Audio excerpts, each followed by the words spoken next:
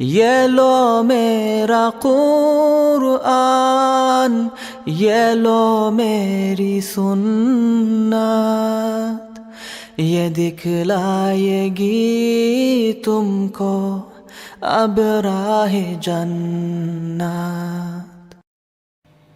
الحمدللہ رب العالمین، الصلاة والسلام علی سید الانبیاء والمرسلین، اما بعد، فاعوذ باللہ من الشیطان الرجیم، بسم اللہ الرحمن الرحیم۔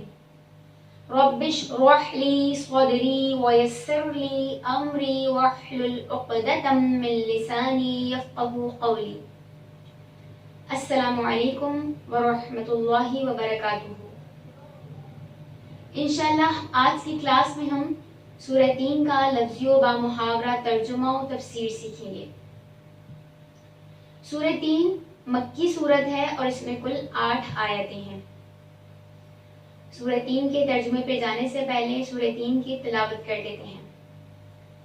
بسم اللہ الرحمن الرحیم، والتین والزیتون وطور سینین وهذا البلد الأمين لقد خلقنا الإنسان في أحسن تقويم ثم رددناه أسفل سافلين إلا الذين آمنوا وعملوا الصالحات فلهم أجر غير ممنون فما يكذبك بعد بالدين أليس الله بأحكم الحاكمين۔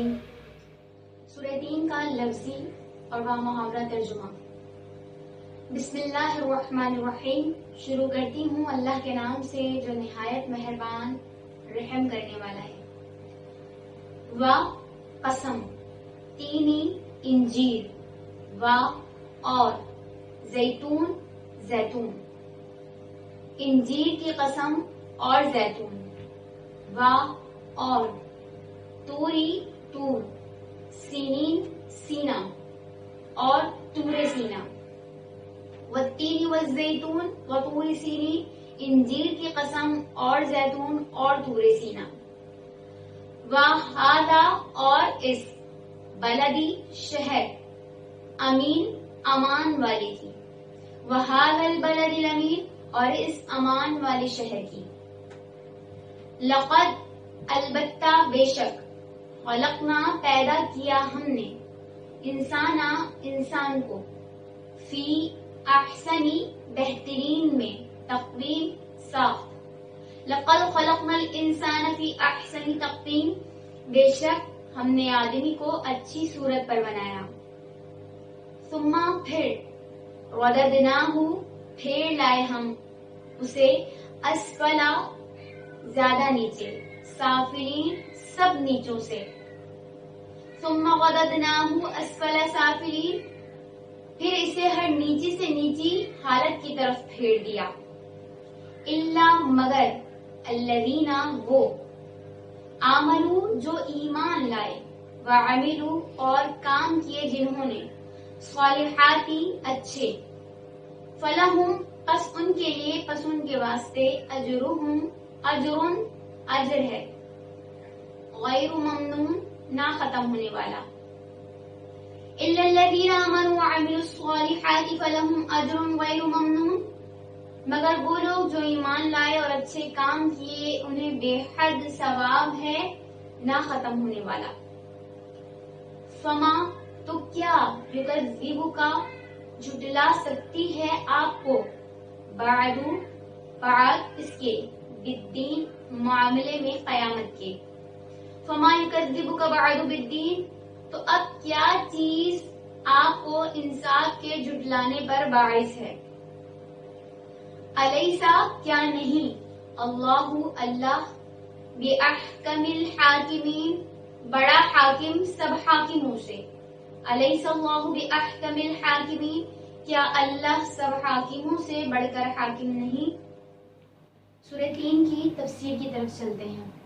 اس سورت کا نام التین ہے کیونکہ اس سورت کے مطلع میں التین کا ذکر ہے۔ امام بحقی نے حضرت ابن عباس رضی اللہ تعالی عنہما سے روایت کیا ہے کہ سورۃ تین مکہ میں نازل ہوئی ہے۔ ترتیب قرآن کے اعتبار سے اس سورت کا نمبر 95 ہے اور ترتیب نزول کے اعتبار سے اس سورت کا نمبر 28 ہے۔ اس آیت مبارکہ میں تین اور زیتون کے الفاظ ہیں۔ تین کا معنی ہے انجیر۔ انجیر اور زیتون دو مشہور پھل ہیں۔ والتین والزیتون کی تفسیر میں مفسرین کرام کے مختلف اقوال ملے ہیں۔ حضرت ابن عباس رضی اللہ عنہما نے فرمایا التین سے مراد حضرت نوح علیہ السلام کی مسجد ہے جو جودی پر بنی ہوئی تھی، اور زیتون سے مراد مسجد بیت المقدس ہے۔ ابن زید نے کہا کہ التین مسجد دمشق ہے اور الزیتون مسجد بیت المقدس۔ حضرت اکرمہ رحمۃ اللہ تعالی علیہ سے روایت ہے کہ التین اور الزیتون شام کے دو پہاڑ ہیں۔ زیادہ صحیح یہ ہے کہ التین اور الزیتون سے مراد انجیر اور زیتون کے درخت ہیں، اور ان سے مراد مسجد یا شہر لینا مجاز ہے۔ بغیر ضرورت کے قرآن مجید کے الفاظ کو مجاز پر محمول کرنا جائز نہیں ہے۔ آیت نمبر 2 طور سینین۔ طور سینین میں طور سے مراد پہاڑ ہے اور سینین سریانی زبان کا لفظ ہے، اس کا معنی ہے مبارک۔ مفسرین کرام کے اس بارے میں مختلف قسم کے اقوال ہیں۔ ایک قول کے مطابق طور وہ پہاڑ ہے جس پر اللہ سبحانہ نے حضرت موسیٰ علیہ السلام کو ندا کی تھی۔ دوسرے قول کے مطابق سینین ہر اس پہاڑ کو کہتے ہیں جس میں پھلدار درخت ہوں۔ اللہ تعالیٰ نے طور کی قسم اس لیے کھائی ہے کہ یہ پہاڑ شام میں اور ارض مقدسہ میں ہے، اور اللہ تعالیٰ نے اس جگہ برکت دی ہے۔ قرآن مجید کی سورہ بنی اسرائیل آیت نمبر 1 میں اللہ عز و جل فرماتا ہے المسجد الاقصی الذی بارکنا حولہ، وہ مسجد اقصی جس کے ارد گرد ہم نے برکت دی ہے۔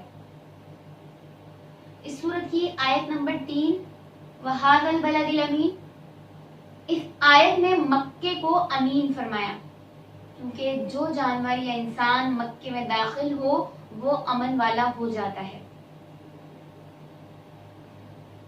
ان تینوں آیتوں میں اللہ تعالی نے دمشق کے پہاڑ کی قسم کھائی کیونکہ وہ حضرت عیسیٰ علیہ السلام کی پناہ کی جگہ ہے، اور بیت المقدس کی قسم کھائی کیونکہ وہ انبیاء علیہ السلام کے قیام کی جگہ ہے، اس میں حضرت ابراہیم علیہ السلام کی نشانی ہے، اور شہر مکہ کی قسم کھائی کیونکہ وہ حضرت سیدنا محمد صلی اللہ علیہ وسلم کا مولد اور محبت وحی ہے۔ 4 بے شک ہم نے انسان کو بہترین ساخت پہ پیدا کیا۔ لقد خلقنا الانسان فی احسن تقویم، اس آیت میں انسان کا لفظ ہے اور اس کے مصداق میں متعدد اقوال ہیں۔ ایک قول یہ ہے کہ انسان سے مراد کافر ہے، ایک قول یہ ہے کہ اس سے مراد الولید بن مغیرہ ہے۔ ان اقوال کی بنا پر یہ آیت ان لوگوں کے متعلق نازل ہوئی ہے جو مرنے کے بعد دوبارہ زندہ کیے جانے کا انکار کرتے تھے۔ ایک قول یہ ہے کہ اس انسان سے مراد حضرت آدم علیہ السلام اور ان کی اولاد ہے۔ بہترین ساخت سے مراد یہ ہے کہ انسان کو معتدل اور سیدھی قامت میں پیدا کیا ہے، کیونکہ دوسرے حیوان جھکے ہوئے ہوتے ہیں اور ان کا چہرہ بھی جھکا ہوا ہوتا ہے۔ اس کے برعکس انسان کی قامت سیدھی ہوتی ہے، وہ اپنے ہاتھوں سے کھانے کی چیز پکڑ کر منہ میں لے جاتا ہے، منہ کو کھانے کی چیز کی طرف نہیں جھکاتا۔ قاضی ابو بکر بن عربی رحمہ اللہ نے کہا کہ اللہ تعالیٰ کی کوئی مخلوق انسان سے زیادہ حسین نہیں ہے۔ اللہ تعالیٰ نے انسان میں علم، قدرت، ارادہ کرنے، باتنے، تدبیر کرنے اور حکمت کی صلاحیت رکھی ہے۔ اور یہ تمام رب تبارک و تعالی کی صفات ہیں، گویا انسان اللہ تعالی کی صفات کا مظہر ہے۔ آیت نمبر 5، ثم رددناہ اسفل سافلین، پھر اسے ہر نیچی سے نیچی حالت کی طرف پھیر دیا۔ سب سے نچلے طبقے میں لوٹائے جانے کے حسب ذیل محامل ہیں۔ نمبر 1، سب سے نچلے طبقے سے مراد دوزخ ہے، یعنی کافر کو ہم نے دوزخ میں لوٹا دیا اور مومن کو جنت کی طرف لوٹا دیا۔ نمبر 2، کافر کو ہم نے اس کے اختیار کیے ہوئے سب سے نچلے افعال اور اعمال کی طرف لوٹا دیا جو شرک اور کفر ہیں، اور مومن کو ہم نے اس کے اختیار سے کیے ہوئے سب سے بلند اور بالا اعمال کی طرف لوٹا دیا جو توحید و رسالت پر ایمان اور اعمال صالحہ ہیں۔ نمبر 3، انسان کو ہم نے ارذل عمر کی طرف لوٹا دیا جب اس کی قوا کمزور اور حواس معطل ہو جاتے ہیں۔ الا الذین آمنوا وعملوا الصالحات فلہم اجر غیر ممنون، سوا ان لوگوں کے جو ایمان لائے اور انہوں نے نیک اعمال کیے سو ان کے لیے کبھی ختم نہ ہونے والا اجر ہے۔ یعنی ہر انسان کو ارذل عمر کی طرف لوٹا دیا جاتا ہے ما سوا مومنین صالحین کے۔ حضرت ضحاک رحمہ اللہ نے بیان کیا ہے کہ جب بندہ اپنی جوانی میں زیادہ نمازیں پڑھتا ہے اور زیادہ روزے رکھتا ہے اور زیادہ صدقات کرتا ہے، پھر جب وہ بوڑھا ہو جاتا ہے اور جوانی کی طرح نیک اعمال نہیں کر سکتا تو اللہ تعالیٰ اس کو جوانی کے نیک اعمال کا اجر عطا فرماتا ہے۔ حضرت ابو موسیٰ رضی اللہ عنہ بیان کرتے ہیں کہ نبی کریم صلی اللہ علیہ وسلم نے فرمایا، جب بندہ سفر کرتا ہے یا بیمار پڑ جاتا ہے تو اللہ تعالیٰ اس کے لیے اس کی اقامت اور صحت کے ایام کے کیے ہوئے نیک اعمال کا اجر لکھ دیتا ہے۔ آیت نمبر 7، فما یکذبک بعد بالدین، سو کون ہے جو اس کے بعد قیامت کے متعلق آپ کی تکذیب کرے۔ قوی دلائل کے ظاہر ہونے کے بعد اے رسول مکرم آپ کی کون تکذیب کر سکتا ہے؟ یعنی اللہ تعالیٰ نے پانی کی ایک بوند سے تدریجاً مکمل انسان بنایا، پھر اس کو جوان مرد بنایا، پھر ادھیڑ عمر تک پہنچایا، پھر تدریجاً اس کو کمزور کرتا رہا حتیٰ کہ اسے ناکارہ عمر تک پہنچا دیا۔ اور اس جسمانی تغیر میں اس پر واضح دلیل ہے کہ وہ انسان کو مرنے کے بعد پھر زندہ کرنے اور میدان حشر میں جمع کرنے پر قادر ہے۔ اس قدرت کے بعد ہی اللہ عز و جل نے آیت نمبر 8 میں ارشاد فرمایا، الیس اللہ باحکم الحاکمین، تو کیا اللہ تمام حاکموں سے بڑا حاکم نہیں؟ حضرت علی اور حضرت ابن عباس رضی اللہ عنہما جب یہ آیت پڑھتے الیس اللہ باحکم الحاکمین تو کہتے بلا وانا علی ذلک من الشاہدین، کیوں نہیں، میں بھی اس پر گواہوں میں سے ہوں۔ حضرت ابو ہریرہ رضی اللہ عنہ نے کہا، جس نے سورۃ 3 پڑھی اور یہ آیت پڑھی الیس اللہ باحکم الحاکمین، اس کو چاہیے کہ یہ پڑھے بلا وانا علی ذلک من الشاہدین۔